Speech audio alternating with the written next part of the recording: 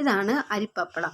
അരി നന്നായി കുതിർത്തി വെച്ചിട്ട് അരച്ചെടുക്കുന്ന സമയത്ത് എള്ളും ജീരകവും കൂടി ഉപ്പും കൂടി ചേർത്തിട്ട് നന്നായിട്ട് മിക്സ് ചെയ്തെടുക്കുക.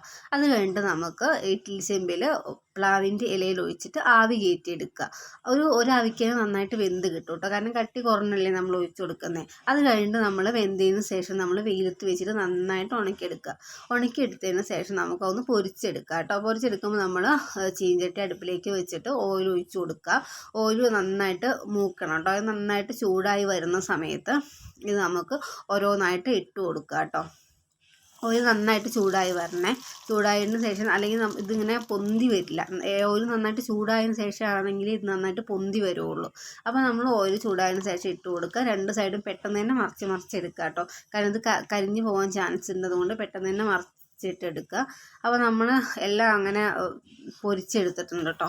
നല്ല ടേസ്റ്റാണ്, നല്ല അടിപൊളി ടേസ്റ്റാണ്. നമ്മൾ വായിൽ ഇടുമ്പോഴത്തേക്കും ഇങ്ങോട്ട് അലിഞ്ഞു പോകും. സൂപ്പർ സാധനം കേട്ടോ.